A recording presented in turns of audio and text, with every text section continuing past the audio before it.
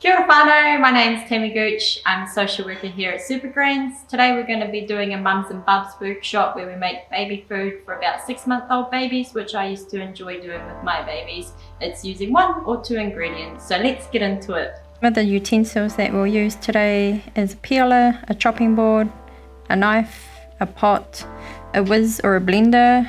You can use a smoothie maker, a stick blender, or if you don't have any of that, you can also use just a sieve, and then you just need your cooktop as well. So now I'm just going to be peeling the apples. Just make sure you remove all the skin and the core, any pips, and we're also removing any brown rotten pieces from the apple. So we chop it up maybe around 2 centimetre by 2 centimetre, give or take. Time is precious when you have a baby, so don't worry too much, just cut away.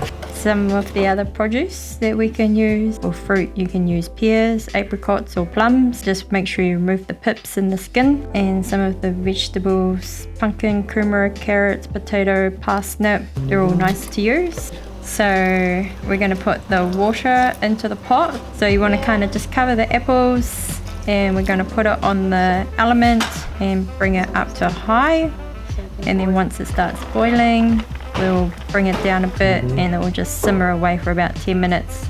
Just check it every now and again with a knife just to make sure that the apples are nice and soft. Your knife should be able to cut through the apples easily when you do the test. And then we're going to remove it. If you've only got a sieve, what we're using today as well, you just grab spoonfuls at a time and push it through. It'll push through easily enough if it's cooked. If it's not cooked, then you may have to return it back to the heat. So then at the end you want to have a nice consistency. If you think of like how pouch food is, that's the same consistency you want for your baby when they're starting solids. If you happen to make it too thick, you can always just add more water to it to thin it down. Once we have that all through the sieve, we put them all in the ice trays, and then from there they go into the freezer. Once they're frozen, you can remove them all and put them into a snap-lock bag if that's easier for you, so then the trays can be used again. Once they're in a snap-lock bag, you can just take out a couple at a time when baby needs them, defrost them and serve them. So now we're going to work on to the vegetables, and we're doing the kumara and the pumpkin. The kumara, peel it off and slice it into about 2 centimetre cubes. And for the pumpkin, I find it easier just to cut through the skin with a knife. Use 2 hands for extra pressure, and then remove all the pips, and again cut it into about 2 centimetre squares to put into the pot. Cover it with water and bring it to the boil.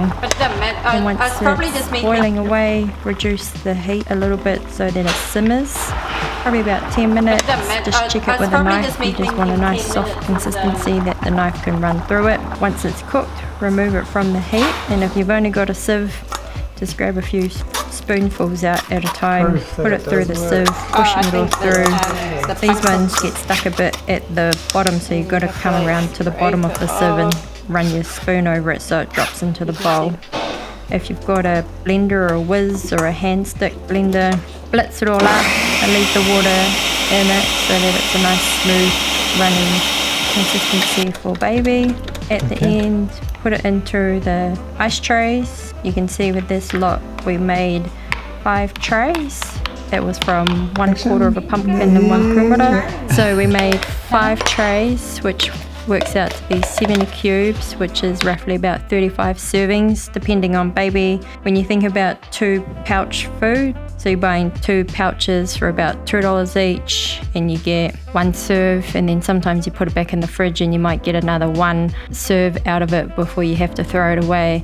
With these cubes you can just get out what you need and there's no wastage, and you're getting a lot of meals from 1/4 of a pumpkin and 1 kumara. Thanks for watching today, and I hope you've learned something and feel confident to cook baby's food and get creative, different flavours. Sometimes baby might spit out a couple of flavours, but just keep trying, and before you know it, baby will be eating all sorts. Thank you.